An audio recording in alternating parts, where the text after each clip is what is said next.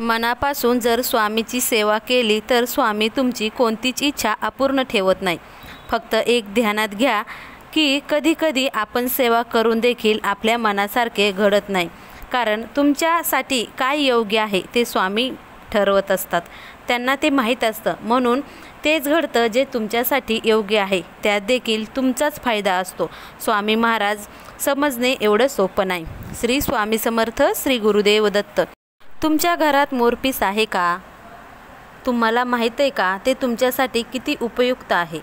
मोरपिसामध्ये एक अद्भुत ऊर्जा सामावलेली असते। ते तुमच्या घरातील वातावरण हे बदलू शकते।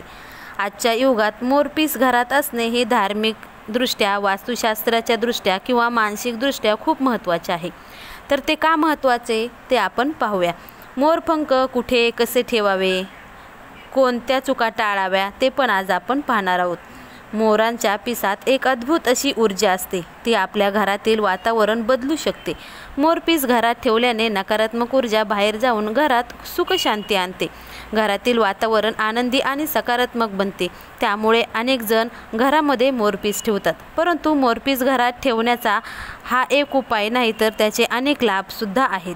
दिसायला आकर्षक असणारे हे मोरपीस आपल्या आयुष्याला पण तितके सुंदर आणि आकर्षक बनवत असते। मोरपंख घरात ठेवल्याने आनंदी वातावरण राहतेच, तसेच घरातील वातावरणसुद्धा शांत राहते। रोज सकाळी आपल्या सर्व कोपऱ्यात घरांच्या जर मोरपंख जर फिरवलं तर घरातील वातावरण हे सकारात्मक बनतं। घराला जर नजर लागली असेल तर ती मोरपिसाच्या मदतीनं उतरवली जाते। पेंग सुईनुसार घराच्या किंवा ऑफिसच्या आग्नेय कोपऱ्यात मोरपीस ठेवलं तर त्यामुळे घरात सुख, समृद्धी आणि यश मिळण्याची शक्यता असते। पाकिटात किंवा पैशाच्या कपाटात मोरपीस ठेवल्याने घरामध्ये भरभराट ही येत असते। अनेक जण पुस्तकात सुद्धा मोरपीस ठेवतात, ज्यामुळे अभ्यासात यश मिळण्यासाठी ते आपल्याला आवश्यक म्हणजे फायदेशीर हे ठरत असते। तिजोरीत किंवा पर्समध्ये मोरपंख ठेवल्याने संपत्ती वाढते। वास्तुशास्त्रानुसार घरात जर मोरपंख आग्नेय दिशेला ठेवले तर आपल्याला आर्थिक फायदा होतो असं सांगितलं जातं। परंतु आर्थिक फायदा होण्यासाठी तुमच्या घराची दिशा कोणती, ती योग्य आहे का हे पाहणं सुद्धा खूप गरजेचं आहे। जर तुमच्या कपाटात तुमचे मोरपीस ठेवले तर ते सुद्धा आर्थिक फायद्याचं ठरू शकतो। जिथं दागिना असेल ना तिथं ठेवले तरीसुद्धा आर्थिक लाभ होतो असं सांगितलं जातं। तुमच्यामध्ये राहू दोष असेल, तर तुम्हाला विविध समस्यांना सामोरे जावं लागत असेल तर ह्यासाठी सुद्धा अनेक जर हा उपाय करायला सांगतात। तर उपाय काय आहे?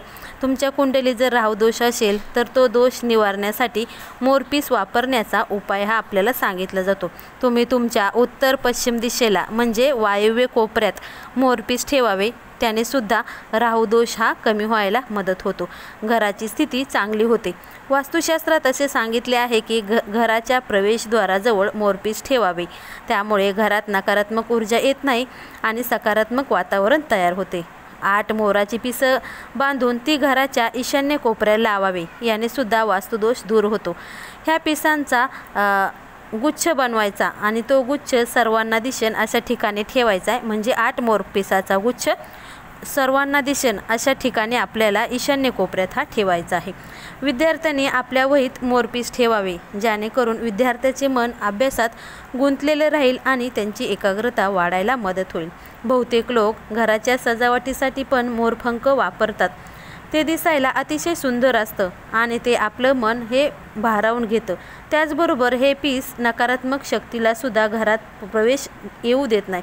वास्तुशास्त्रानुसार मोरपीस हे घरात फ्रेम करून लावल्याने सुद्धा आर्थिक समस्या ह्या दूर होतात। घरात सुख समृद्धी येते। जर तुम्ही तुमच्या बेडरूमच्या पूर्वेकडील भिंतीवर मोराची पिसं लावली तर घरात भांडणे होत नाहीत, तसेच वैवाहिक जीवनात शांती राहते। घरातील वातावरणसुद्धा शांत राहतं।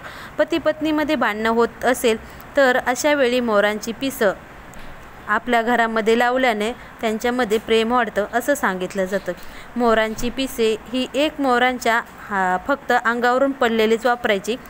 मोरांना त्रास देऊन तुम्ही मोरपीस घेऊ नये असं सांगितलं जातं।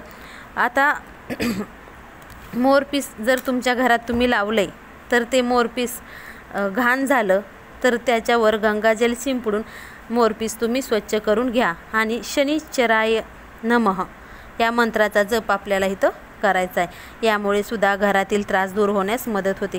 श्रीमद भागवत गीतेत सुद्धा मोरपंखाचा उल्लेख आलेला आहे।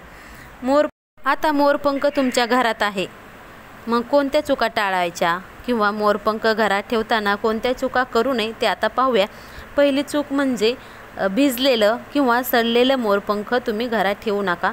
दुसरी चूक, पंख हे जमिनीवर किंवा बाथरूमच्या शेजारी तुम्ही ठेवू नये। तिसरं, फ्रेममध्ये ठेवताना त्यामध्ये व्हाईट डिझाईन असू नये, अशा प्रकारे आपल्याला फ्रेममध्ये मोरपंख ठेवायचे। मोरपंखावर कधीही धूळ बसू नये, ती हलक्या हातानं गंगाजल टाकून तुम्ही साफ करायची। तर आता घरामध्ये सुख शांती आणि समृद्धीसाठी एक उपाय आपल्याला करायचा आहे, तो कोणता ते पाहूया। तुम्ही कोणत्याही शुक्रवारी हा उपाय करू शकता। रात्री 9च्या नंतर आपल्याला हा उपाय करायचा आहे। तर 5 मोरपंख घ्या, ते एका लाल कपड्यात गुंडाळावे, त्यावर 5 साबूत हळदीच्या गाठी ठेवाव्या। म्हणजे लाल कपडा घ्या, त्याच्यावर हळदीच्या गाठी बांधून ते ठेवायच्यात। त्याच्यानंतर त्याच्यावर आपल्याला ओम नमो भगवते वासुदेवाय या मंत्राचा 11 वेळा जप करायचा आहे। आणि हे लाल कपड्यात गुंडाळलेलं मोरपंख आहे ते आपल्याला देव्हाऱ्यात 21 दिवस तसंच ठेवायचे, हलवायचं नाही।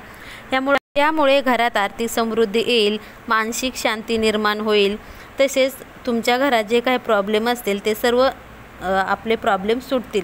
त्यामुळे हा उपाय तुम्ही नक्की करा। मोरपीस हे सौंदर्याची वस्तू नसून ते एक ऊर्जेचं प्रतीक मानले जाते।